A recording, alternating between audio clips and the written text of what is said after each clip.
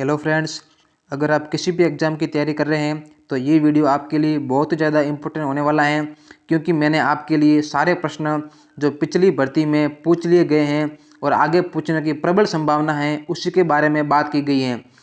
देखिए, एसएससी में पूछा गया प्रश्न है, एसएससी में, कांस्टेबल में, दिल्ली पुलिस में, आरएस में, ये सारे प्रश्न किसी न किसी एग्जाम में पूछे गए हैं। इसलिए इन प्रश्नों का बार बार दोहराइए, याद कीजिए और घोट के पी लीजिए। स्वास्थ्य, पोषण व रोग। तो बिना टाइम खराब किए बिना बढ़ते हैं प्रश्न नंबर पहले पर। उसके बाद में मैं आपको एक ट्रिक दूंगा, रासायनिक नाम की ट्रिक। विटामिन जो ए बी सी डी ई के, ये जो 6 विटामिन हैं, इन विटामिन की ट्रिक एग्जाम में पूछी जाती हैं, वो आपको बताऊंगा बाद में। तो बढ़ते हैं प्रश्न नंबर पहले पर। निम्नलिखित में से कौन सा पदार्थ मानव शरीर में ईंधन का काम करता है? ऐसा कौन सा पदार्थ है जो मानव शरीर में ईंधन का काम करता है? तो बताइए आप। तो जो कार्बोहाइड्रेट होता है वो मानव शरीर में ईंधन का काम करता है। कौन? कार्बोहाइड्रेट। एसएससी में पूछा गया प्रश्न है। तो कार्बोहाइड्रेट जो होता है वो ईंधन का काम करता है। बढ़ते हैं प्रश्न नंबर सेकंड पर। कैप्सूल का आवरण बना होता है। जो कैप्सूल होता है, जब हमारे जब बीमारी होती है तो बीमारी होने के उपरांत हम एक कैप्सूल लेते हैं। उस कैप्सूल का जो आवरण होता है, उस आवरण किसका बना होता है? तो जो आवरण होता है वो स्टार्च का बना होता है। किसका बना होता है? स्टार्च का। ठीक है, बढ़ते हैं प्रश्न नंबर तीसरे पर। निम्नलिखित में से कौन सी शर्करा तत्काल ऊर्जा प्रदान करती हैं? ऐसी कौन सी शर्करा हैं जो हमारे को तत्काल ऊर्जा प्रदान करती हैं? तत्काल मतलब अभी की अभी।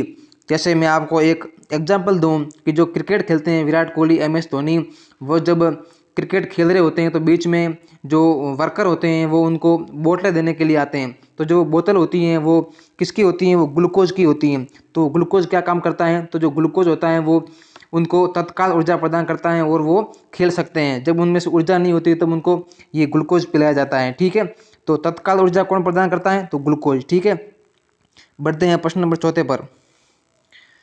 निम्नलिखित में से सर्वाधिक ऊर्जा प्रदान करता है। तो ऐसा कौन सा पदार्थ है जो सर्वाधिक ऊर्जा प्रदान करता है?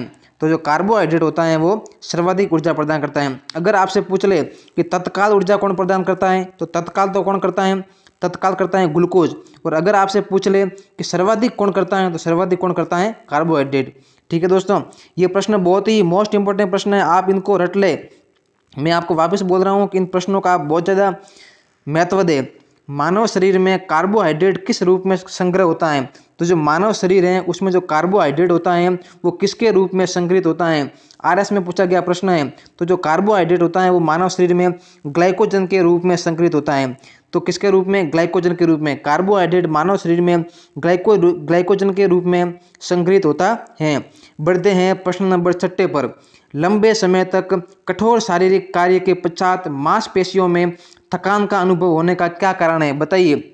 अगर मैं कहीं पर दौड़ रहा हूँ और मैंने 10 किलोमीटर की दौड़ कर ली है, उसके बाद में हमारे मांसपेशियों में थकान आ जाती है और हम थोड़ी देर के लिए बैठ जाते हैं। तो जो मांसपेशियों में थकान आती है वो किसके कारण आती हैं? तो लैक्टिक एसिड का संचय। तो हमारे शरीर में क्या होता है? मांसपेशियों में लैक्टिक एसिड का संचय हो जाता है, उसके कारण हमारे मांसपेशियों में थकान का अनुभव होता है। बढ़ते हैं प्रश्न नंबर 7वें पर। प्रोटीन बनाने के लिए कितने अमीनो अम्ल की आवश्यकता होती है? अगर हमारे शरीर में प्रोटीन बन रहा है, तो कितने अमीनो अम्ल की आवश्यकता होगी? तो उसके लिए 20 अमीनो अम्ल की आवश्यकता होगी। तो हमारे शरीर में प्रोटीन बनाने के लिए कितने अमीनो अम्ल की आवश्यकता होगी? तो 20 अमीनो अम्ल की आवश्यकता होगी। मोस्ट इंपोर्टेंट प्रश्न है, याद कर ली, रट लीजिए इसको। प्रोटीन बनाने के लिए 20 अमीनो अम्ल की जरूरत होती है। बढ़ते हैं प्रश्न नंबर 8वें पर।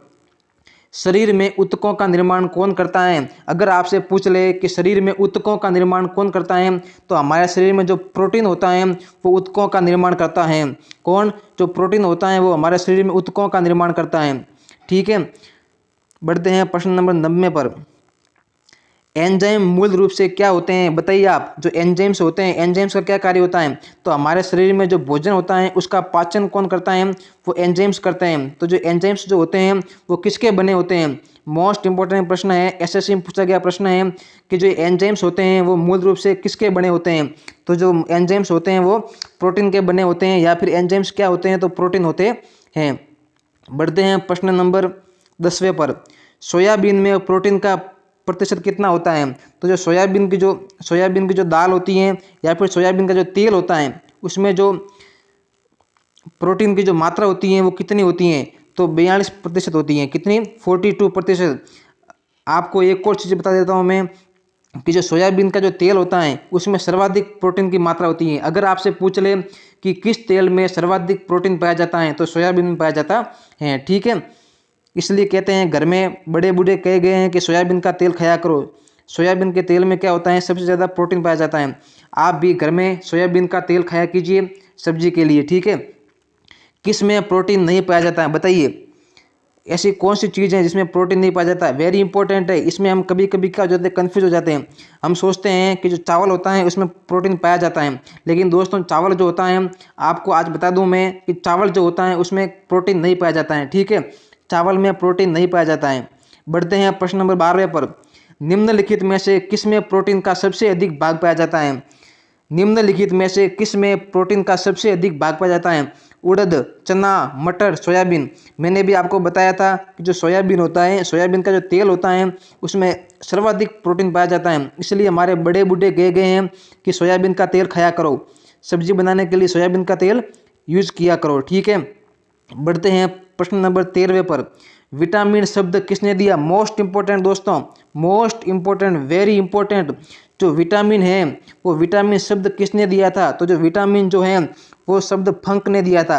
विटामिन शब्द किसने दिया था? फंक ने दिया था। याद हो जाएगा दोस्तों आपको कि विटामिन शब्द किसने दिया? विटामिन शब्द फंक ने दिया। किसने दिया? फंक ने दिया। बढ़ते हैं प्रश्न नंबर 14 पर। वीडियो को छोड़े नहीं, मैं आपको वादा करता हूं कि अगर आपके एग्जाम में ये टॉपिक है रोग वाला, स्वास्थ्य वाला, पोषण वाला, तो इस प्रश्नों से बाहर कोई प्रश्न नहीं जाएगा। उसके बाद में मैं आपको वन लाइनर की प्रैक्टिस कराऊंगा, वो बहुत ही इंपॉर्टेंट प्रश्न है। निम्नलिखित में से कौन सा विटामिन ए का सर्वोत्तम स्रोत है? निम्नलिखित में से कौन सा विटामिन ए का सर्वोत्तम स्रोत है बताइए? गाजर, बैंगन, नींबू, चावल। तो जो गाजर हैं वो विटामिन ए का सबसे अच्छा स्रोत कौन सा है? गाजर। इसलिए कहते हैं कि गाजर खाया करो। गाजर से हमारे आंखें स्वस्थ रहती हैं। अगर आपके आंखें खराब हैं तो विटामिन ए लिया कीजिए। तो विटामिन ए आपको लेना है तो आपको क्या खाना पड़ेगा? तो गाजर खाना पड़ेगा। ठीक है, आज के बाद में याद रखना, जिसके भी आंखें खराब है वो गाजर खाया करे, उससे विटामिन ए मिलता है। बढ़ते हैं प्रश्न नंबर 15 पर। विटामिन ए की कमी से कौन सा रोग होता है बताइए? विटामिन जो ए है उसकी कमी से कौन सा रोग होता है? तो जो विटामिन ए की कमी से रतौंधी रोग होता है। कौन सा रोग होता है? रतौंधी रोग होता है। रिकेट्स जो रोग होता है वो किसकी कमी से होता है? तो विटामिन डी की कमी से रिकेट्स रोग होता है। ठीक है, बढ़ते हैं प्रश्न नंबर 16 पर। विटामिन ए की कमी से रतौंधी रोग होता है। ठीक है, अब थोड़ा सा मैं आपको एक शानदार चीज़ बताता हूँ कि जो आम होता है उस आम में विटामिन ए सर्वाधिक पाया जाता है। इस प्रकार में ये 6-7 मैंने आपको वन लाइनर दिया है, इससे आपको 6-7 क्वेश्चन से जो हमेशा के लिए इधर याद हो जाएंगे। अगर आप आम खाओगे तो आपको क्या मिलेगा? Vitamin A. विटामिन ए और किससे मिलता है? तो विटामिन जो ए होता है और गाजर से मिलता है। ठीक है, अगर आपसे पूछ ले कि जो विटामिन ए होता है वो कहाँ पर भंडारित होता है, तो जो विटामिन ए होता है वो यकृत में भंडारित होता है। विटामिन ए कहाँ भंडारित होता है? यकृत में भंडारित होता है। विटामिन ए कहाँ पाया जाता है? आम में और गाजर में। खट्टे फलों में विटामिन सी पाया जाता है। अगर आपको खट्टे फल खाएंगे जैसे नींबू हैं, मौसम्बी हैं, ये अगर आप खाओगे तो उसमें विटामिन सी मिलेगा। आपको क्या मिलेगा? विटामिन सी मिलेगा। विटामिन सी का सबसे अच्छा स्रोत आंवला होता है। अगर आप आंवला खाओगे तो आपको सर्वाधिक विटामिन सी मिलेगा। विटामिन सी की कमी से मसूड़ों में रक्त आता है। अगर आप कभी खट्टी चीज़ नहीं खाओगे, आंवला नहीं खाओगे, मौसमी नहीं खाओगे, नींबू नहीं खाओगे तो क्या हो जाएगा? तो मसूड़ों में रक्त आ जाएगा। मसूड़ों में रक्त आ जाएंगे और दांतों में भी रक्त आने की बहुत ज़्यादा संभावना रहती है। विटामिन सी का रासायनिक नाम एस्कॉर्बिक अम्ल होता है। विटामिन सी का रासायनिक नाम क्या होता है? एस्कॉर्बिक अम्ल होता है। ये जो मैंने ट्रिक दी है ऊपर, लास्ट में मैं आपको एक ट्रिक बताऊंगा। Vitamin A, vitamin B, vitamin C, vitamin D, vitamin E, vitamin K, इन सारों का मैं आपको एक ट्रिक बताऊंगा और आपको झटके के साथ में याद हो जाएगा। ठीक है, टेंशन लेने की जरूरत नहीं, आप एजुकेशनल क्रांति पर आ गए हो। बढ़ते हैं प्रश्न नंबर 16 पर। कौन सा विटामिन हमारे शरीर में भंडारित नहीं होता है? ऐसा कौन सा विटामिन है जो हमारे शरीर में भंडारित नहीं होता है? एसएससी कांस्टेबल में पूछा गया प्रश्न है। ये सारे फ्रेंड्स, ये जो सारे मैंने क्वेश्चंस दिए हैं वो निचोड़ हैं, किसी ना किसी एग्जाम में पूछे गए हैं। कौन सा विटामिन हमारे शरीर में भंडारित नहीं होता है? बताइए। विटामिन ए नहीं, विटामिन बी नहीं, विटामिन डी, विटामिन सी, बताइए। तो विटामिन डी होता है वो हमारे शरीर में भंडारित नहीं होता है। आप पूछोगे क्यों विटामिन डी हमारे शरीर में भंडारित क्यों नहीं होता? तो मैं आपको बताना चाहता हूँ, जो विटामिन डी होता है वो सूर्य की रोशनी से प्राप्त होता है। सूर्य की रोशनी से प्राप्त होता है। तो सूर्य की रोशनी से क्या कौन सा विटामिन प्राप्त होता है? विटामिन डी प्राप्त होता है। अगर आप में विटामिन डी की कमी है तो आप थोड़े से धूप में बैठे रहिए, आपको विटामिन डी मिल जाएगा, ठीक है। इसलिए कहते हैं कि इस विटामिन का भंडारित शरीर में नहीं होता है। बढ़ते हैं प्रश्न नंबर 17वें पर। कौन सा विटामिन प्रतिरक्षा प्रदान करता है? ऐसा कौन सा विटामिन है जो प्रतिरक्षा प्रदान करता है? तो विटामिन जो ए होता है वो हमारे प्रतिरक्षा प्रदान करता है। अगर आपके कोई भी रोग है तो आप आम खाया कीजिए, आप गाजर खाया कीजिए, उससे क्या होगा? विटामिन ए मिलेगा। और विटामिन ए क्या करेगा? प्रतिरक्षा प्रदान करेगा, ठीक है, जिससे आपके रोग चला जाएगा। बढ़ते हैं प्रश्न नंबर 18वें पर। मानव शरीर में रक्त का थक्का किस विटामिन से बनता है? अगर कोई भी मानव है उसके चोट लग जाती है तो चोट लगने के बाद में क्या होता है? खून बाहर निकलता है। और अगर वो खून रुकेगा नहीं, बाहर निकलता रहेगा तो क्या होगा? खून की कमी हो जाएगी। तो उस खून की कमी को रोकने के लिए जो विटामिन के होता है वो उत्तरदायी होता है। विटामिन के क्या करता है? वहाँ पर रक्त का थक्का बना देता है और खून को बाहर निकलने नहीं देता है, ठीक है। तो विटामिन के जो होता है वो शरीर में रक्त का थक्का बनाने के लिए उपयुक्त होता है। मोस्ट इंपॉर्टेंट, वेरी इंपॉर्टेंट दोस्तों, रट लो। रक्त का थक्का बनाने के लिए विटामिन के प्रयुक्त होता है, ठीक है। बढ़ते हैं प्रश्न नंबर 19वें पर। लिंग ग्रंथियों की सामान्य क्रिया में कौन सा विटामिन प्रयुक्त होता है? Most important.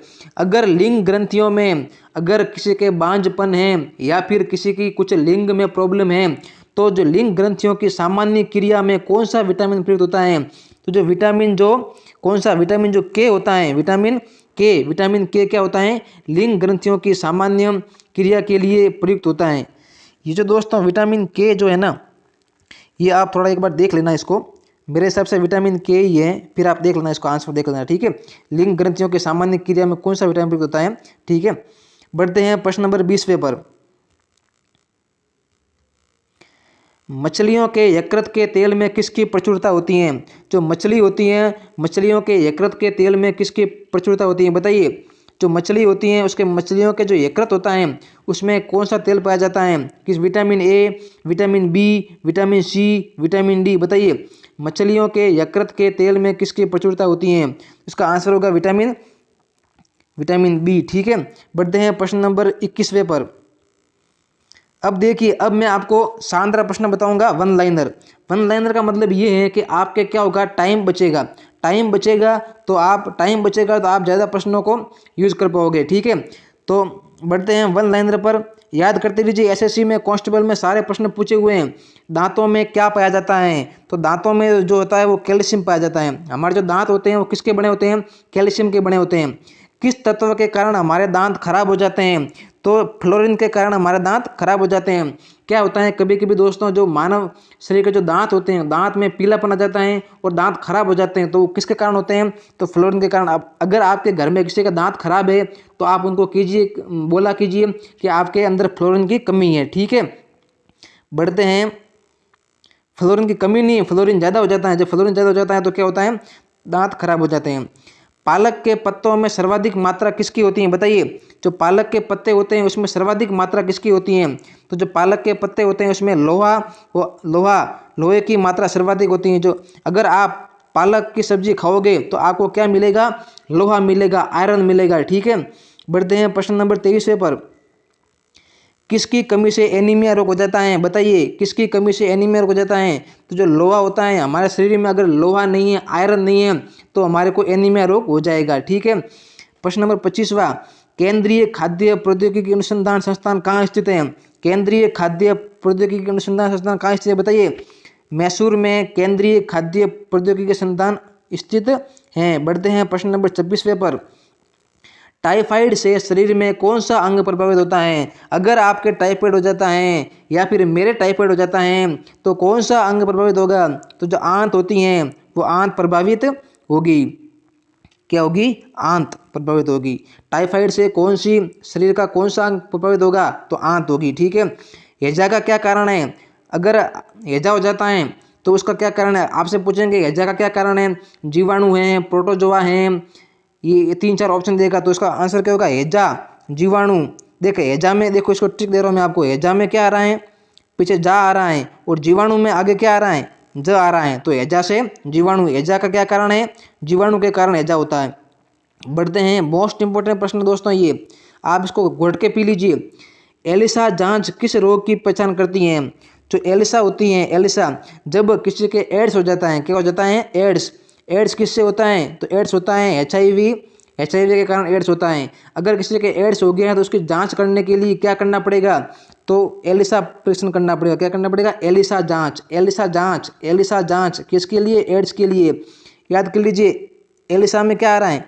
एलिसा में ए आ रहा है ना, और एड्स में क्या आ रहा है? ए आ रहा है। ठीक है, इसको इस प्रकार याद करना है आपको, कोई टेंशन लेने की जरूरत नहीं है। खसरा रोग किसके कारण होता है?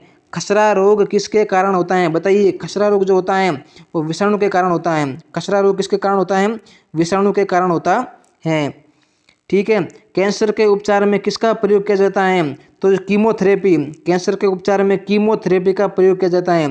देखिए, क से कैंसर, क से कीमोथेरेपी, ए से एड्स, ए से एलिसा। ठीक है। ख से खसरा, खसरा से विषाणु। मुझे पूरा भरोसा है कि आपको याद हो रहा है। ब्लड कैंसर को किस नाम से जाना जाता है?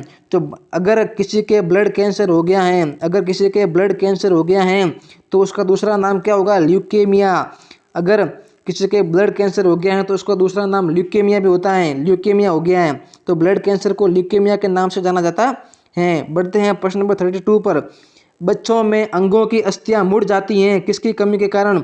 अगर बच्चों में अंगों की जो अस्थियां हैं, अगर कोई बच्चा है और उसके अंग हैं उसमें जो अस्थियां पाई जाती हैं, जैसे ये अस्थि हैं और ये अस्थि इस प्रकार हो जाती हैं, इस प्रकार हो जाती हैं, तो वो किसकी कमी के कारण? तो विटामिन डी की कमी के कारण।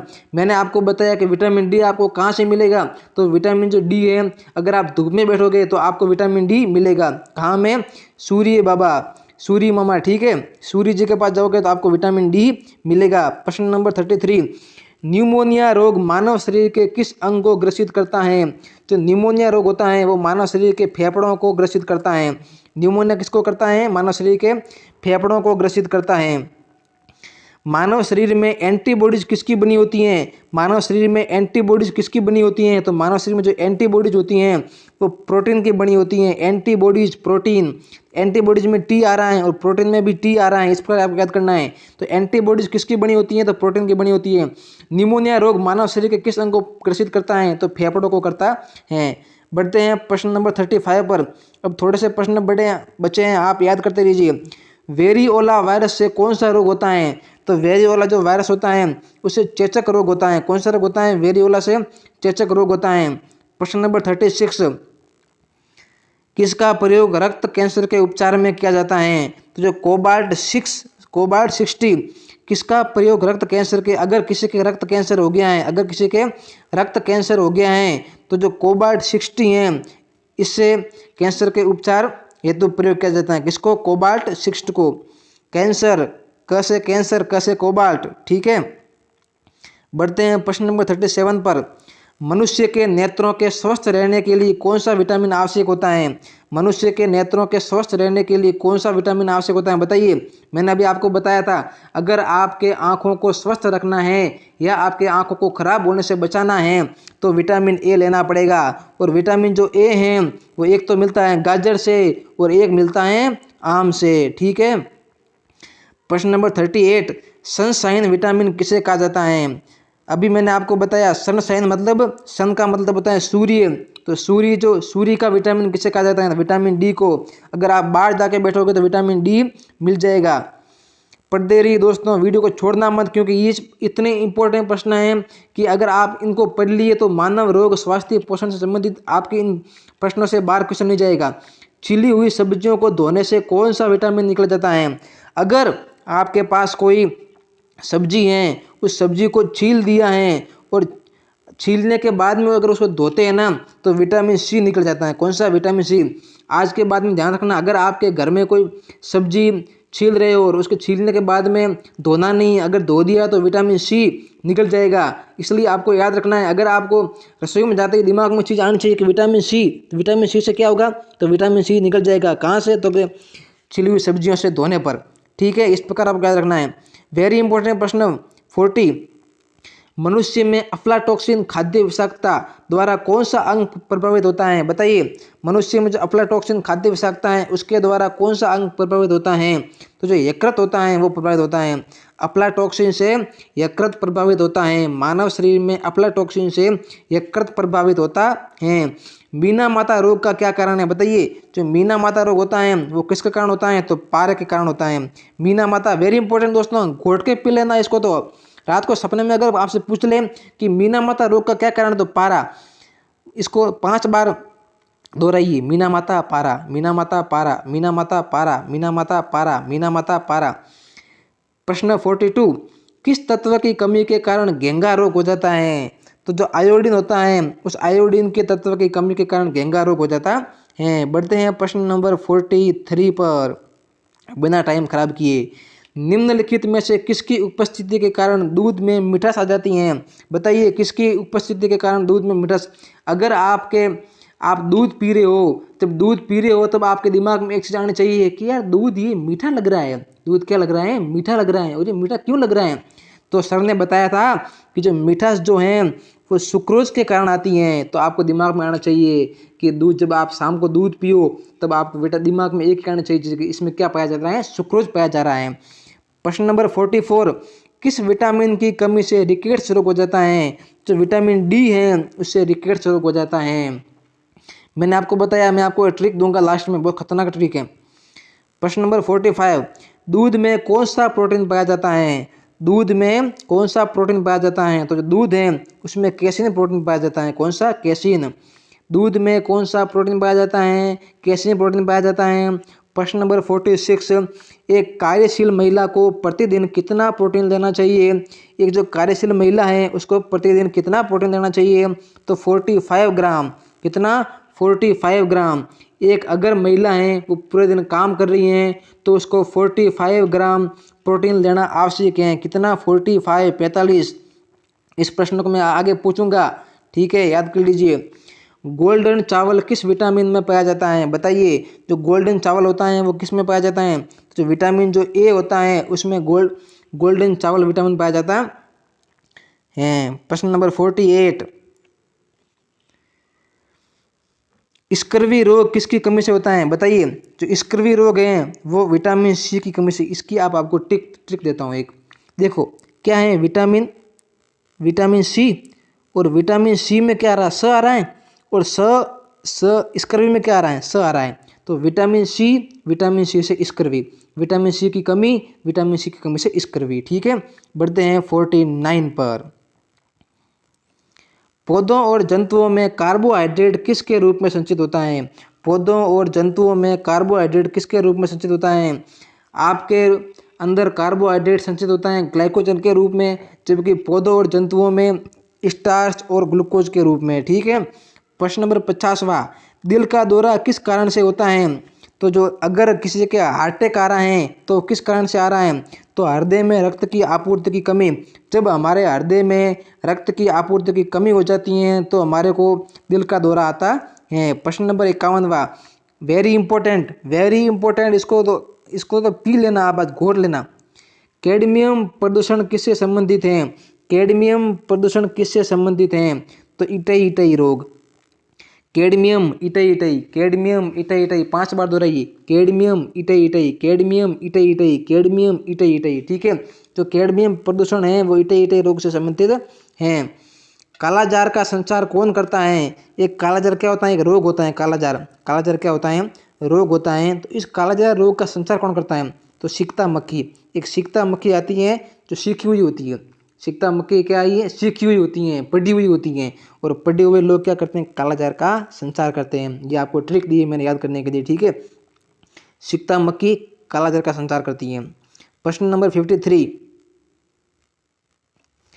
एड्स किससे होता है? तो जो एड्स होता है, अगर आपसे पूछ ले कि एड्स किससे होता है, विषाणु से होता है, जीवाणु से होता है, प्रोटोजोआ से होता है, इनमें से कोई नहीं, तो आप क्या आंसर दोगे? विषाणु से। एड्स किससे होता है? विषाणु से। एड्स में पीछे क्या आ रहा है? स आ रहा है। विषाणु में बीच में क्या आ रहा है? स आ रहा है।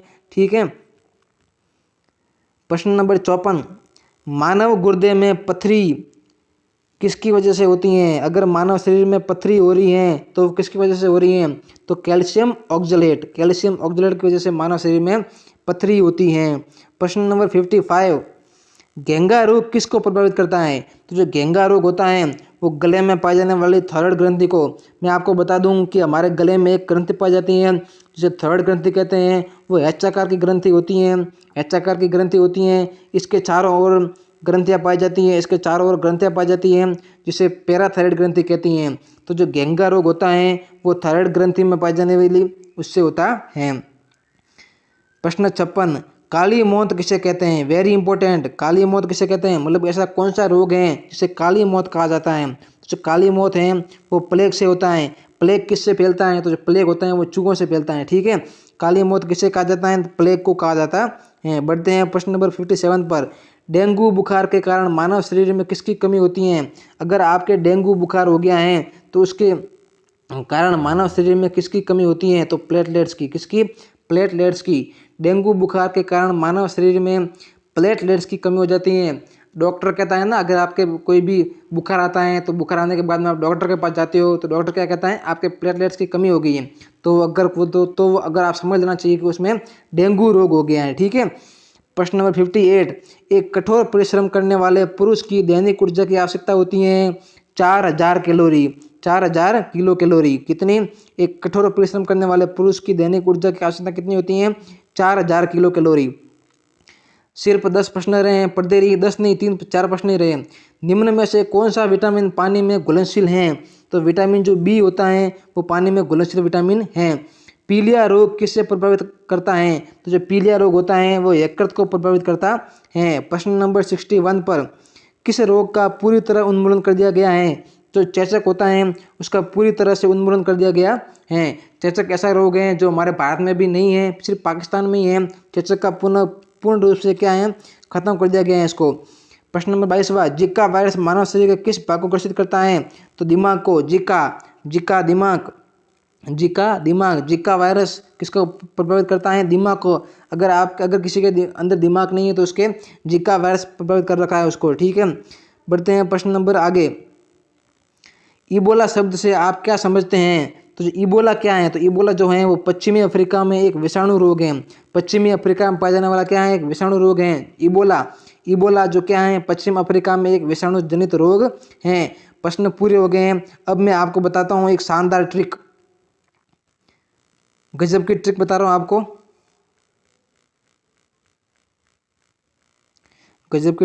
आपको। देखिए, रासायनिक नाम vitamin A, B, C, D, E, K, इन 6 के विटामिन नाम आपको बता रहा हूँ। ठीक है। रथ पर विटामिन की एक टॉफी पड़ी हुई है। रथ पर क्या पड़ी है? विटामिन की एक टॉफी पड़ी है। बोलो जय माता दी। रथ पर विटामिन की एक टॉफी पड़ी हुई है। इससे आपको vitamin A, B, C, D, E, K सारे रासायनिक नाम एक झटके के साथ में याद हो जाएंगे। कैसे?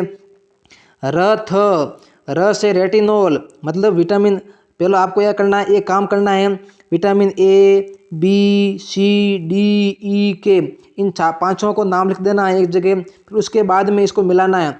तो र से रेटिनॉल, थ से थाइमीन, एक में ए से एस्कार्बिक अम्ल, क से कैल्सीफेरोल, टो से टोकीफेरोल, फी से फिलोक्विनोन। इस प्रकार में आपको याद हो गई। देखिए, अब मैं आपको बता रहा हूँ, याद करा रहा हूँ आपको। ठीक है।